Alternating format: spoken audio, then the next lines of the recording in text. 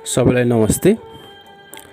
आज यहाँहरू समक्ष म हिमाल रणकेशरी अमरसिंह महान जुन अनुसन्धानमूलक इतिहास रहेको छ आजको भाग 3 मा छु म। आज यस ऐतिहासिक अनुसन्धानमूलक इतिहास सम्पादक तथा लेखक हुनुहुन्छ डम्बरजङ थापा। यस ऐतिहासिक पुस्तकको मुख्य पात्रमा रहनुभएका व्यक्तिको संक्षिप्त परिचय। हिमाल रणकेशरी बडा काजी वीर अमरसिंह थापाको संक्षिप्त परिचय। यिनका जिजुका पुर्खौली जन्मथलो धौलागिरी अञ्चलको म्याग्दी जिल्ला ताखुम खाडापति देवीको स्थानबाट पर्वत जिल्लाको लिपि थापा थाना बसाइ आएका थिए।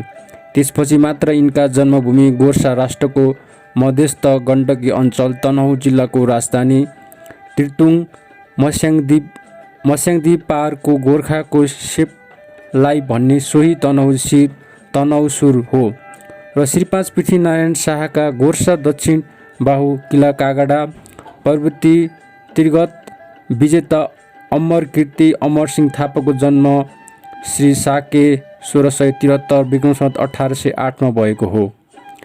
पहिलो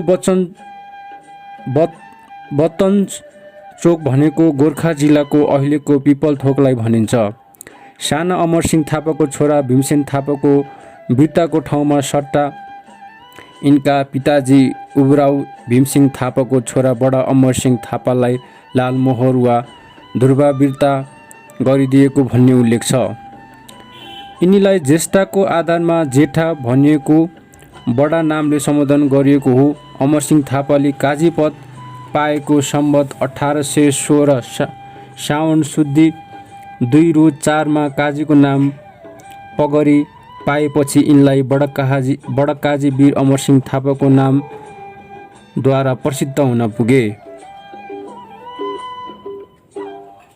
ईस्वी सन् 1716 का जनवरीमा सिंहाचोक गोर्खाका जेठा बुढा भीमसिंह थापालाई पलाञ्चोकमा आक्रमण गर्न पठाइएको थियो। कीर्तिपुरको लडाईँमा बहादुरी पराक्रम देखाएका हुनाले पृथ्वीनारायण शाहले भीमसिंह थापालाई बाघ भन्ने पदवी दिएका थिए। पिताजी भीमसिंह थापा बाघ भीमसिंह थापा पलाञ्चोकमा विक्रम सम्वत 1816 को युद्धमा हिमाल रणकेशरी बडा काजी वीर अमरसिंह थापा 8 वर्षका आयुमा पुग्नु भएको थियो। पलाञ्चोकको युद्धमा बाघ भीमसिंह थापाले वीरगति प्राप्त गर्नुभयो। यिनको मृत्यु पश्चात कमान राजकृष्ण कुँवरले पाएका थिए। पृथ्वीनारायण शाहले शिवपुरी जिती पलाञ्चोकमाथि आक्रमण गरे। यो आक्रमण गर्न जानेसित सिंहाचोकको रक्षा गरी बसेका बाघ भीमसिंह थापा पनि आएका थिए।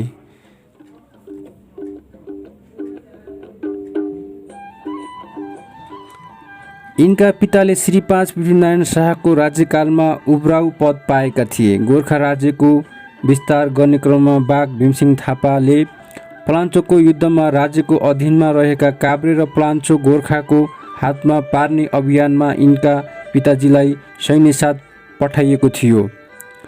युद्धमा यिनको पिताजी वीरगति प्राप्त गरे। वास्तवमा यिनका पितालाई नुवाकोट लिने पृथ्वीनारायण शाहको उद्देश्यले सजिलैसित सैनिकमा भर्ना भएका थिए। त्यो बेलामा सैनिक मनवट नियम अनुसार जति वर्ष आयु भए तापनि पिताजीको खानगीमा भर्ती गर्ने नियम थियो। उनको अभिभारा रामकृष्ण कुँवरको हातमा आयो। रामकृष्ण कुँवरले श्री प्रदेशहरू विजय गरेर त्यही संरक्षक भएर बसेका थिए। साथै भवरकोटमा घर बसाई बस्न थाले। युद्धमा गरिने उब्राउ बाघ भीमसेन थापाका छोरा बडकाजी वीर अमरसिंह सो समयमा 8 वर्ष आयुको हुनुहुन्थ्यो। पिताको स्थानमा आयु पुगेपछि लैजाने गरी गोर्खाली सेनाले तालिम दिन थाले। यिनको दुवैतिर वंश र नाता पनि वीरताहरू सबै थियो। आफ्ना वंशहरूमा पनि राम्रो एकता भएकोले चारैतिर नाम चलेको थियो। तत्पश्चात पृथ्वीनारायण शाहले गोर्खामा झिकाएका थिए। हिन्दुस्तान ब्रिटिस इन्डिया कम्पनीले नेपाल उपत्यकाका टुक्रा साना राज्यहरू विभाजित हुने भएकोले ज्यादै छटपट्टि परेको थियो। पृथ्वीनारायण शाहको चाहना अनुरूप बृहत नेपाल निर्माण गर्नु थियो। श्री 5 पृथ्वीनारायण शाहले लमजुङका सरदार भक्ति थापा, पार्थ भण्डारीलाई गोर्खाका सरदार पदमा लिएका थिए। ससाना राज्य एकीकरण गर्नको लागि लमजुङका राजा दाई रिपुमदन शाहसँग बिन्ती गरिकन मागेर बाघ भीमसिंह थापालाई तनहुँ र लमजुङबाट एक आपसमा घनिष्ठ वंश सम्बन्ध पनि थियो। साथै हामीहरूको यो घर त्यो घर एउटै हो, बृहत राष्ट्र वृद्धिका लागि सहयोग देऊ भनेकाले मस्याङदी पारी सेपलाई तिर्तुङ तनहुँसुरबाट श्री 5 पृथ्वीनारायण शाहले मागी लिएका हुनाले गोर्खा लिएर आएका हुन्। त्यस अनुरूप गोर्खाको सिंहानचोक सो बेला गोर्खाको नै अधीनमा थियो। पृथ्वीनारायण शाहले यिनका पिता उब्राउ बाघ भीमसेन थापालाई सिंहानचोक रक्षा गरेर आउने भनी गोर्खाली सैनिक दलमुखी पदमा नियुक्ति गरेका थिए। तत्पश्चात यिनले सिंहानचोकलाई राम्रोसँग रक्षा गरेर बसेका थिए। यो स्थान रक्षाको लागि अभिभारा दिई यिनका पिताले सिमानाको एउटा महत्त्वपूर्ण गौडाका रक्षक भएर पुरुषार्थद्वारा पृथ्वीनारायण शाहका विश्वासका पात्र भएको हुँदा गोर्खा सिंहानचोकमा उब्राउको वीरता पाएका थिए। हुन त यिनका पिताले पृथ्वीनारायण शाहले गरेका अनेक युद्धमा भाग लिएका थिए, तर वंशावलीहरूमा एक स्थान मात्र यिनको उल्लेख पाइन्छ। सो उल्लेखमा यिनकै विषयको बारेमा स्पष्ट पाइन्छ। यिनका पिता बडा साहसी र रिपुका निम्ति काल नै थिए। तस्मात् यिनी बाघ भीमसेन थापा भनी प्रसिद्ध भएका थिए। बडकाजी वीर अमरसिंह थापाको जन्मकुण्डली प्रवृत्ति पृथ्वीनारायण शाहका समयमा यिनले कुनै पनि युद्ध नगरेका तथ्यहरूको वर्णन वंशावलीहरूमा उल्लेख अझैसम्म पाइएको छैन। भविष्यमा पाउने सम्भावना छ। ललित बल्ल भन्ने लेखेको प्रकाशले पुस्तकमा भक्त विजय नामक खण्डमा प्रारम्भ पृथ्वीनारायण शाहका राजभवनका प्रमुख योद्धा र भारद्वाजहरूको वर्णन गर्दा बडकाजी वीर अमरसिंह थापाको पनि एउटा श्लोकमा उल्लेख भएको छ। उपयुक्त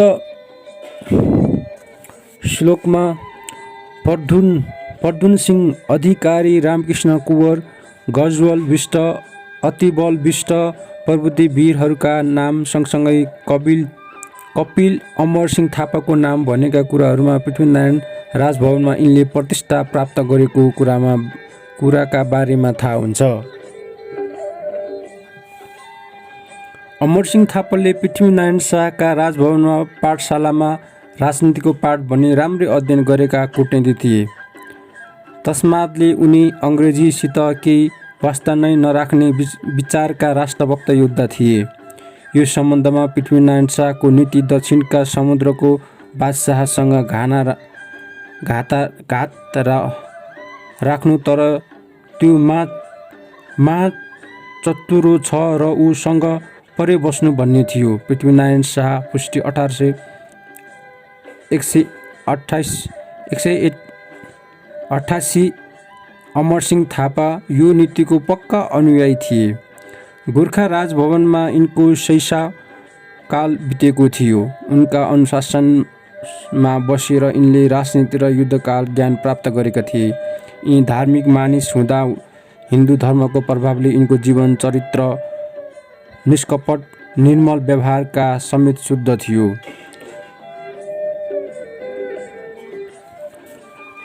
स्वदेशी मातृभूमिप्रति र राजमुकुटप्रति यिनको अगाध प्रेम थियो।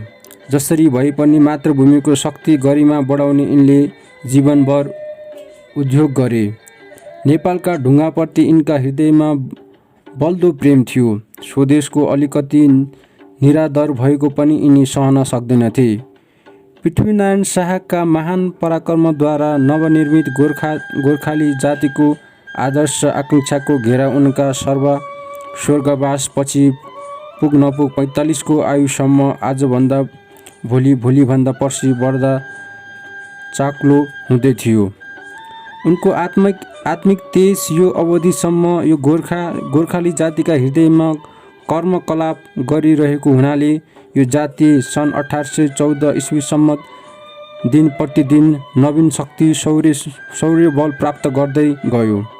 19औं शताब्दीका थालनीदेखि यो जाति पुनः सिक्किमदेखि पश्चिम कश्मीरसम्म समग्र हिमगिरी कैलाशमा आफ्नो ध्वजा फरफर गरेको दृश्य हेर्न उत्साहित थियो। यो आदर्शलाई कार्यमा परिणत गर्न आफ्नो जीवनभरि महान अठोट लक्ष्य राखी अगाडि बढ्ने बडा काजी वीर अमरसिंह थापा हुन्। यहाँहरूलाई सुनिदिनु भएकोमा धन्यवाद। अब अर्को पटक हामी यहाँहरूलाई अर्को अनुसूची 4लाई प्रस्तुत गरेर वाचन गरेर सुनाउनेछौँ। धन्यवाद।